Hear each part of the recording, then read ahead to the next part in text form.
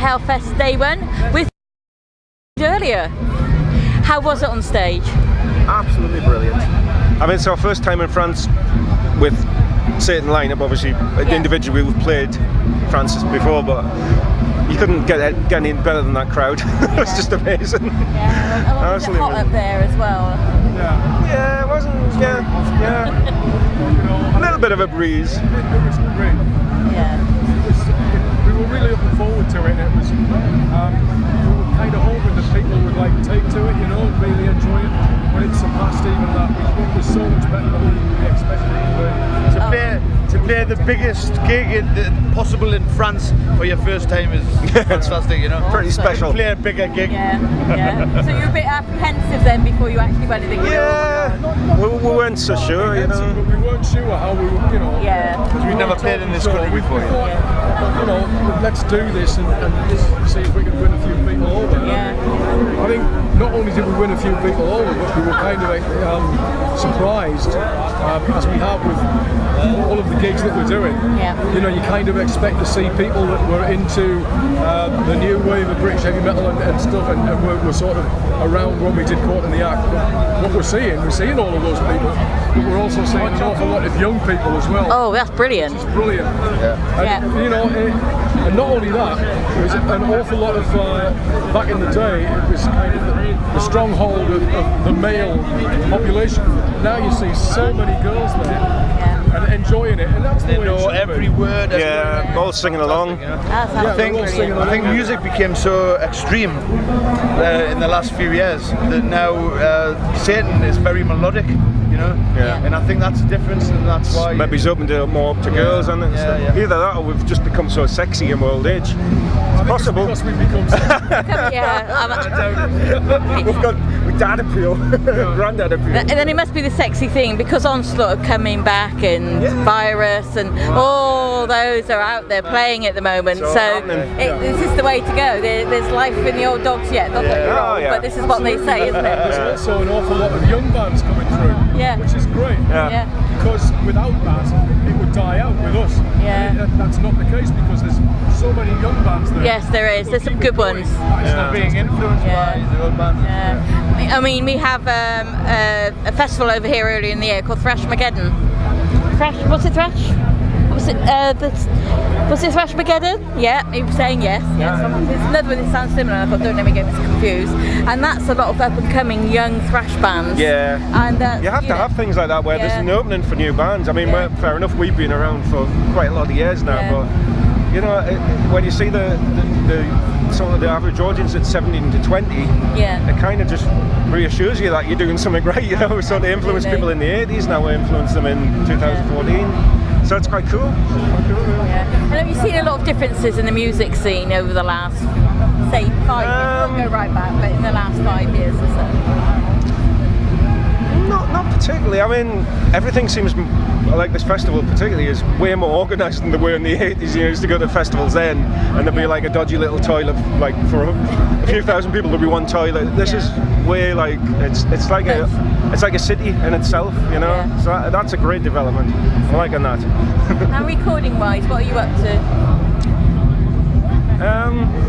New album, hopefully soon. We've got a live album that's ready to go as well. Right. Yeah. It's when we did a tour of America recently, recorded every gig, and we put together the best of those performances for a new live album. And it kind of shows us where we are, and it's sort of, if you enjoy the live feel of what we're trying to achieve, then that live album's there.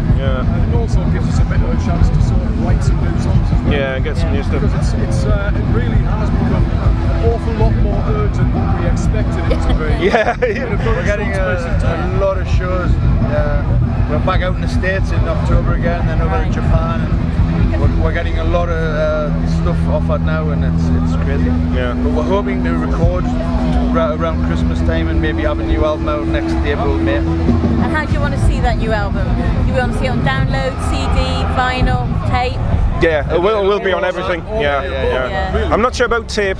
That's Did he coming do back. Tape's coming Tape's back. coming back? Yeah, it's a Canadian in America, company. it's Especially over there in I America. don't understand why, but That's kind of wrong on all the levels, isn't it? I don't understand why people Yes. like vinyl, because you get an album sleeve that's a reasonable size. Yeah. You know, Yeah. Artwork and all that. detail much better. Yeah. But cassettes, I'm not sure. No. I remember having a Sony Walkman, and you used to walk around with it with your pockets full of tape. Yes. And a pencil. What? Don't I forget the think pencil. the iPod's been a Yeah. invention since those days. The iPod is the way forward. Is the way forward. I mean, Yeah. What? The hook hold and And they collect them as well. what's going to happen next? A wax disc? You know, it's like totally retro. You'd be yeah. winding it up. 8-track. 8-track. That's everyone seems obsessed with retro at the minute. You know, it all goes full circle, which is probably where we fit in. You know, as well, because we're kind of retro. It's not a bad thing, though. No. I mean, that's where it all stemmed from.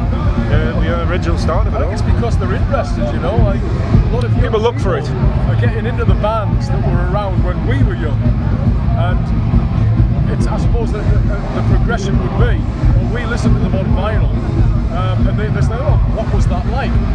So that's probably where all of this has come from. the internet's been fantastic. You know, like you can say on one hand, you can say that the internet's killed the music scene because of the lack of sales, because of downloading and stuff.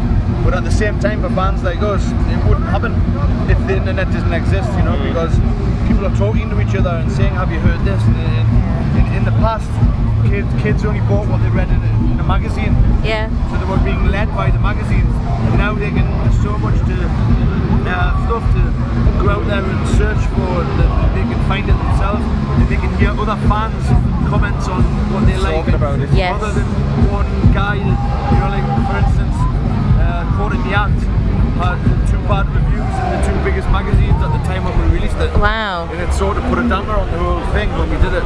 And it's 2 people's opinion. You know? Yes. And, Yeah. I mean, now people, the Yeah. fans can hear for themselves. absolutely. There's a whole like little web circuit so that everyone talks, and even in different countries. We went to Chile, and the guys there were talking to the girl in Canada who took her there, you know, and put a show on there. And you couldn't do that in the 80s. That just wasn't going to happen now. There's a network, yeah. you know, and it's really helping us now. That's So much as the internet has a downside, it also has a plus side. It depends how it's used, isn't it? Same as everything.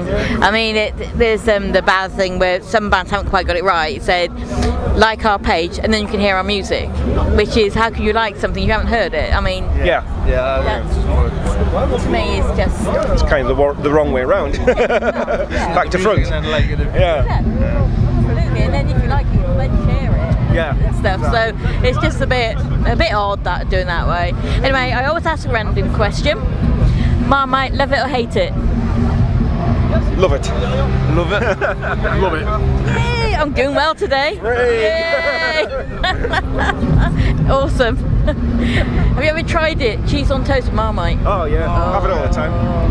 Wonderful stuff. Wonderful stuff. Well, I'm kind of vegetarian, so Bovril's out because it's more meat based. yeah. So Marmite's great. Yeah, that works. Yeah. It's fine. So, on your new album, say, if you could do a cover of any pop band and make it your own style, who would you fancy doing? Take that. Take that.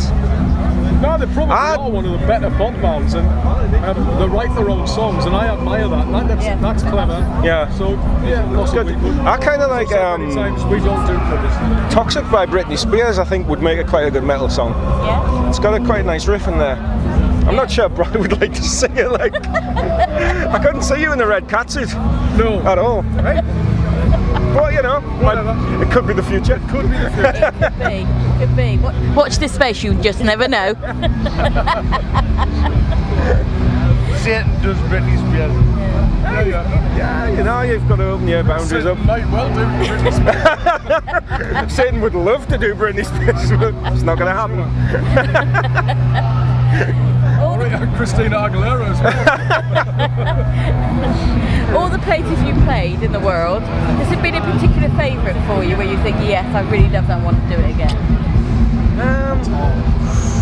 That is a hard one. It is a hard one because wherever we go, it's kind of, people are so kind and it's...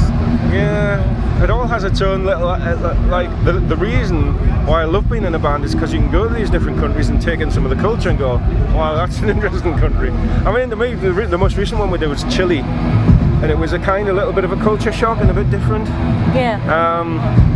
And I don't know, we're going to Japan later on in the year, and that might be another culture shock. For me, personally, it was when we went to the States, because we'd never been to the States in any of the bands that we played in, and I never really thought I would enjoy it anyway, so it was somewhere that I wasn't bothered about going to, and it was great. Yeah. And I'm really looking forward to going back again. So for me, that changed my impression of what America would be like, you know. For me, I think Europe in general, because when, you know, in the late 80s and throughout the 90s, there was a period when Blitzkrieg, that I'm still with, we couldn't get a gig in England at all, so we had to spend our time across Europe, so anywhere but England. Yeah. And that hasn't changed very much either for a lot of bands. You can't get gigs in England now, but it's very few and far between. It's still an odd audience. I mean, elsewhere in the world, I mean, we'll come to Europe and we're just accepted. In England, I don't know, it's kind of quirky how they accept music, especially metal. It's always there, but they wonder about a bit, you know, and whatever's new, that's what they latch onto, rather than like in Europe, they stick to the roots, you know, and they're a bit more loyal. In Europe, there's room for everything. Yeah. Whereas we're more accepting, aren't they? Right. I think you find in England it's a lot more press influenced. Right. So the press say you like this, they go, yeah, we like that. So. Right, I'm going to have to stop it there, unfortunately. But I've enjoyed your time telling me about all these things. It's been great. Thank you. So thank you very much for giving me some of your time, and catch up with you again, and enjoy the rest of your tour and places, and look forward to the album. Thank you. Thank you very much. Thank you.